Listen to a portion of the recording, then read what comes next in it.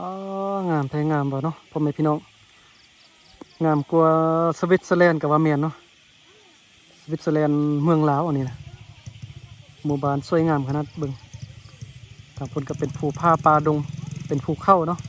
หมู่บ้านก็อยู่ตีนภูรายล้อมด้วยภูเขารายล้อมด้วยธรรมชาติเนาะกลางป่ากลางดงทางด้านนี้ก็เป็นทุ่งนาอยู่จอมภูก็เป็นไฮเข้าไฮซาลีเนาะบรรยากาศยามแลงเสียงแมลงแมงไม้เสียงจักรจั่นฮ้องเนาะ5 โมงแรงแล้วตอนนี้นะทางนี้ก็เป็นป่าดงเนาะ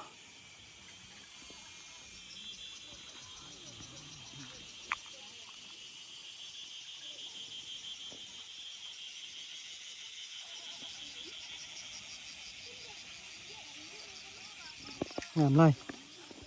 เบาลังมาฮอตมาถึงเนาะเบาลังพาเที่ยวพามาเที่ยวมาชมตามสไตล์ของเบาลังเนาะเดินทางไปไส้ก็จะเก็บภาพให้เบิ่งเดินทางไปด้วยรถจักรเวียบไอสีแดงคู่ใจของเบาลังเนาะรถจักรคันเก่าๆนะ ไปไตไปเนื้อไปในเมืองหรือว่าไปดอยจะเก็บภาพธรรมชาติงามๆหรือว่าสถานที่ต่างๆเนาะอยู่ลาวเนี่ยจะเดินทางไปเก็บให้บรรยากาศให้เบิ่งว่าเป็นยังไงจะไปรีวิวให้เบิ่งนะเท่าที่จะสามารถไปได้เท่าที่งบประมาณเดินทางไปได้เนาะ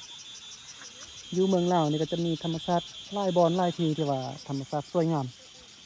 ที่หลายคนอย่างบ่ฮู้บ่เห็นเนาะโดยเฉพาะแมนหมู่บ้านแห่งนี้บ่หลังพาเที่ยวเสื้อว่า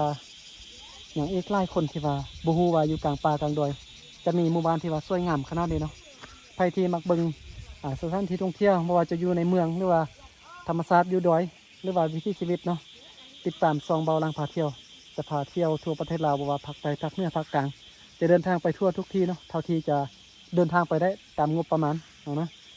ติดตามไว้บ่ผิดหวังแน่นอนเนาะจะเดินทางเก็บภาพบรรยากาศให้เบิ่งให้ชมทุกมือเลยตรงนี้ก็เป็น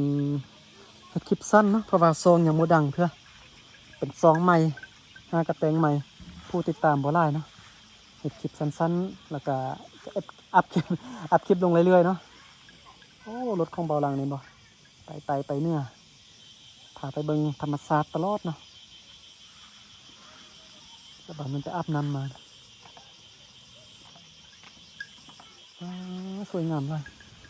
มีเงินมาตั้งเงินอยู่นี่แต่งรีสอร์ทเงินน้อยๆอยู่นี่ซะแต่เงินน้อยอยู่นี่ตื่นสมาเบิ่งชมบรรยากาศอยู่นี่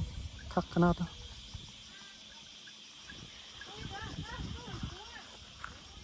อากาศยามแลงพ่อแม่พี่น้อง